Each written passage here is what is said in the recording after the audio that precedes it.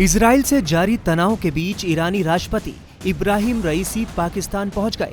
ऐसे वक्त पर उनका ये दौरा काफी अहम है। इस दौरान उन्होंने लाहौर में एक संवाददाता सम्मेलन के दौरान इजराइल को एक बार फिर धमकी दे डाली। उन्होंने कहा कि अगर इजराइल ने कोई बड़ा हमला किया तो ईरान उसे तबाह कर देगा। दरअसल चंद दिनों पहले इजराइल ने ईरान के इस्फहान शहर के नजदीक एक मिलिट्री ठिकाने पर हमला किया था। ईरान ने दावा किया था कि उसने इस इजरायली हमले को नाकाम कर दिया और उसके ड्रोन को मार गिराया था। हालांकि अमेरिकी मीडिया ने दावा किया था कि इजराइल के हमले में ईरानी रडार साइट पूरी तरह से तबाह हो गई थी। ताज़ा सैटेलाइट तस्वीरों में भी ईरान में हुई तबाही की पुष्टि की गई थी। इसके बाद से आशंका जताई जा रही है कि इजराइल एक बार फिर ईरानी ठिकानों पर हमला कर सकता है, जिसमें परमाणु प्रतिष्ठान भी शामिल होंगे। हालांकि 13 अप्रैल को इजराइल पर हमले के बाद ईरान ने कहा था कि अब अगर इजराइल ने हमला किया तो पहले से ज्यादा तगड़ा जवाब दिया जाएगा। लेकिन फिलहाल ईरान की तरफ से अब तक इजराइल पर कोई जवाबी कार्रवाई देखने को नहीं मिली। बता दें कि 13 और 14 अप्रैल की दरमियानी रात में ईरान ने इजराइल पर 300 से ज्यादा मिसाइल और ड्रोन हमले किए थे। हालांकि इजराइल ने दावा किया था कि 99% हमलों को नाकाम कर दिया गया, लेकिन हमले के दौरान 12 इजरायली जरूर घायल हो गए थे।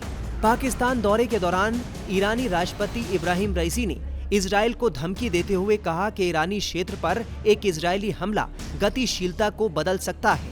उन्होंने धमकी देते हुए कहा कि इस हमले के कारण ज़ायोनी शासन के पास कुछ भी नहीं बचेगा। रईसी ने लाहौर में भाषण में कहा कि इस्लामी गणतंत्र ईरान सम्मानजनक रूप से फिलिस्तीनी प्रतिरोध का समर्थन करना जारी रखेगा।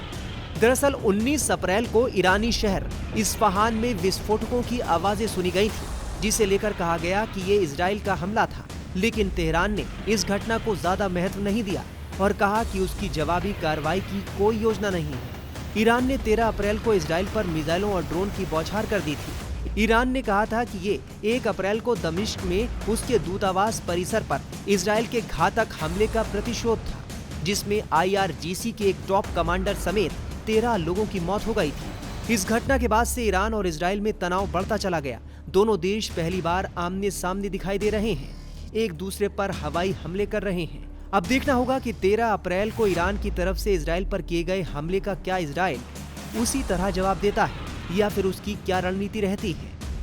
बता दें कि इजराइल और हमास के बीच पहले ही जंग जारी है।